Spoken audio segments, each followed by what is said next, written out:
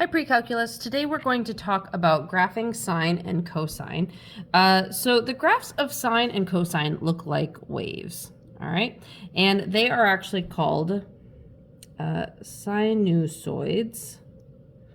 All right, and we can start just by graphing this. So if we have f of theta is equal to cosine theta, when theta is 0, we know that f of theta is going to be equal to 1. When it's pi over 2, we know that it's going to be 0. When it's pi, we know it's negative 1. When it's 3 pi over 2, we know it's 0. And when it's 2 pi, we know it's 1. Okay, so we can actually graph that here. If we graph that here, when it's 0, it's 1. Okay? When it's pi over 2, it's 0. When it's pi, it's negative 1. That's that right there. When it's 3 pi over 2, it's 0. When it's 2 pi, it's 1. And look at, we have made, oh gosh, I didn't draw that well. But it's a wave, and it looks really bad when I drew it like that. But anyway, that's what cosine looks like. Gosh, that looks horrible. Ignore this part right there. Okay, let's do the same thing with sine. Okay, f of theta is equal to sine of theta. When sine is 0, f of theta is 0, or sorry, when theta is 0, sine is 0. Pi over 2, it's going to be 1.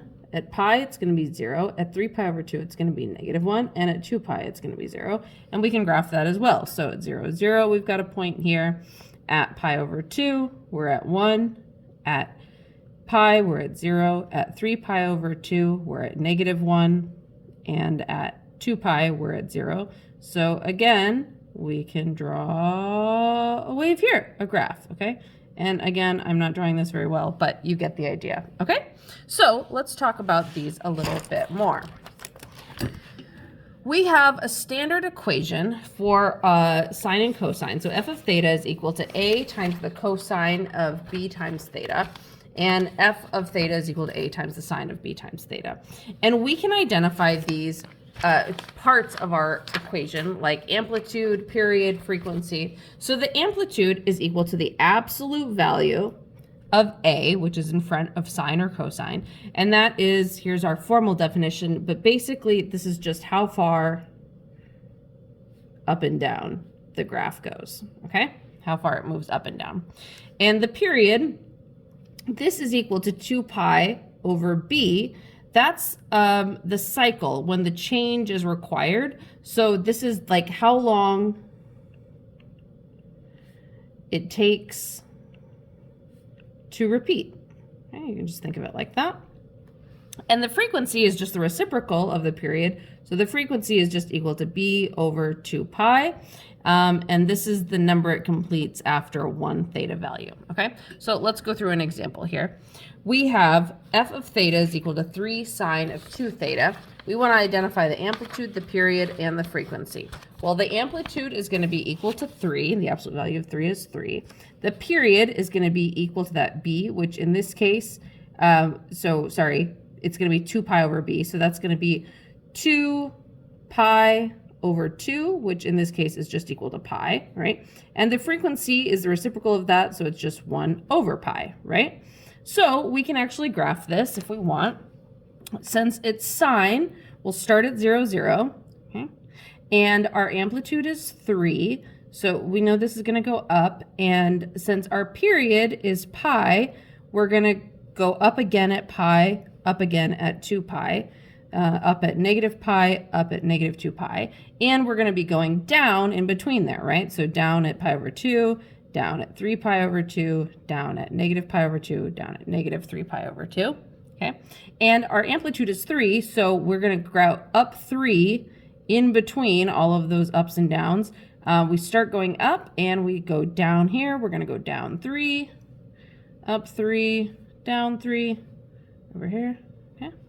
And here we're going to go down 3, up 3, down 3, up 3, and then we can draw that wave, okay?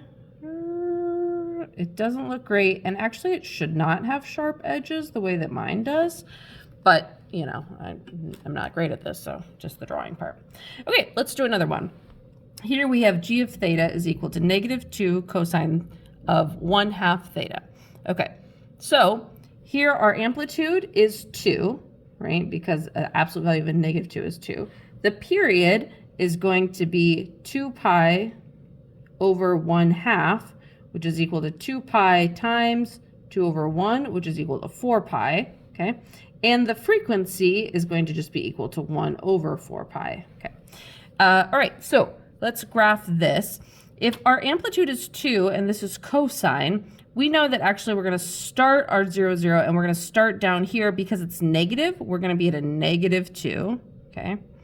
And it doesn't repeat until 4 pi, but we do know that since our period is 4 pi, that's when it repeats, that halfway through at 2 pi, we should be up at 2. And again, halfway to at -2 pi, we should be at 2. So we can actually just graph like that. Like that's enough. That's enough to graph. Okay. And we should have, did I do it? But I should be going, I didn't. But I should go through pi here halfway and negative pi here halfway. Okay. Gosh, I really am not good at drawing these. So hopefully you can kind of get the idea. Okay. All right. Let's do a few more examples. Here we have 2 times the sine of 1/2 x, I should put that in parentheses, plus 1. Okay, so that 2 is going to be our amplitude, right?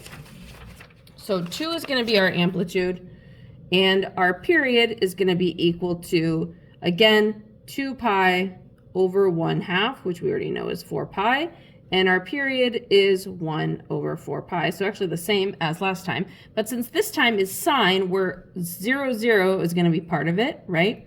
And we're going up there. And so our period is 4 pi. So we know that we will have, it's going to repeat here and at 2 pi and repeat here at -2 pi.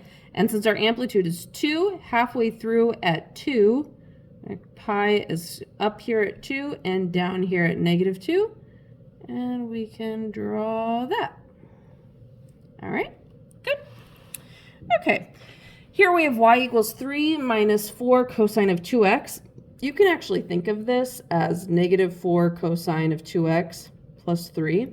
Oh gosh, you know what I forgot to do on this one?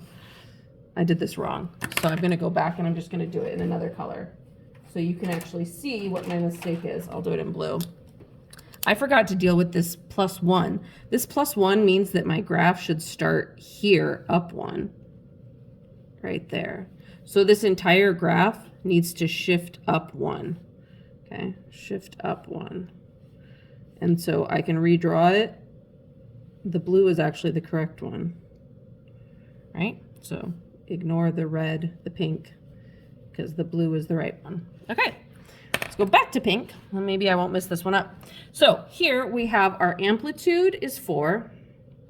Our period is going to be 2 pi, 2 pi over 2, which is just equal to pi.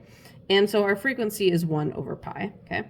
And since our amplitude is so high at 4, and we have plus 3, we're going to start up here at 1, 2, 3. We're going to start there at 3, and we can go down 4. 1, 2, 3, 4. Okay, so there's our minimum point. And because this is negative, we're going to start down here, and we're going to go up here. So, sorry, the period is pi. So at pi, we are repeating again. We should be down at a -1 at pi, and a -1 at 2 pi, a -1 at negative pi, -1 at -2 pi, right?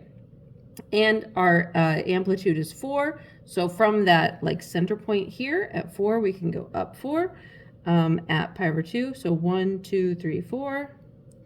And at -pi over 2, about there, -3 pi over 2, and 3 pi over 2. Okay, and we can start drawing this. Lots of waves here.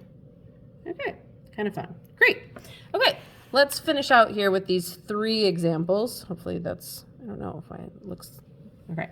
So we're asked to just use the given information to create a sine function. Our amplitude's 5, period is 4 pi, vertical shift is down 4. Well, the hardest thing to find is the period, so let's do that first. We know that 2 pi over b is going to be equal to 4 pi. And if we multiply both sides by b, these cancel out. So now we have 2 pi is equal to 4 pi times b, divide by 4 pi. So this becomes 1/2 is equal to b. Now we can actually write our equation. So we can say y is equal to 5 times the sine of 1/2, and it doesn't matter if you use x or theta, I'll just use x. And then down 4 is that -4. Okay? Let's do the same thing again here.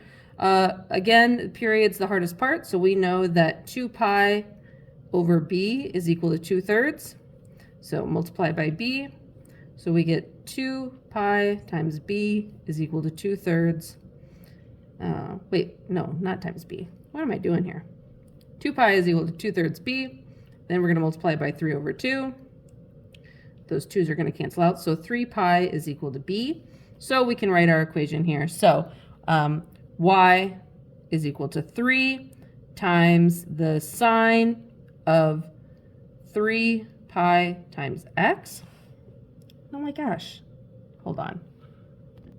Okay, I made a huge mistake. Let's go back up here.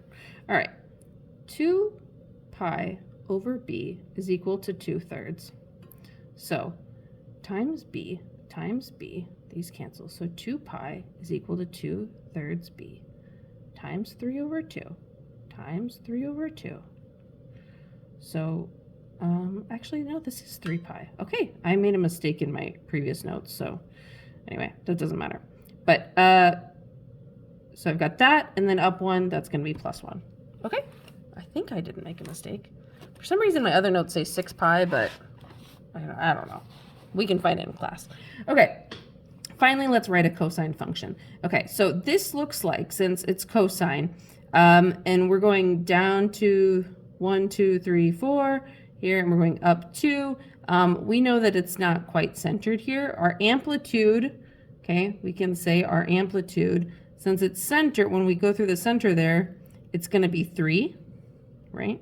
Amplitude is going to be 3. Our period, when does it start repeating? Well, it repeats at pi, okay? And so we can actually find this. So 2 pi over b is going to be equal to pi, okay? And then, so b is actually equal to 2, if you solve that.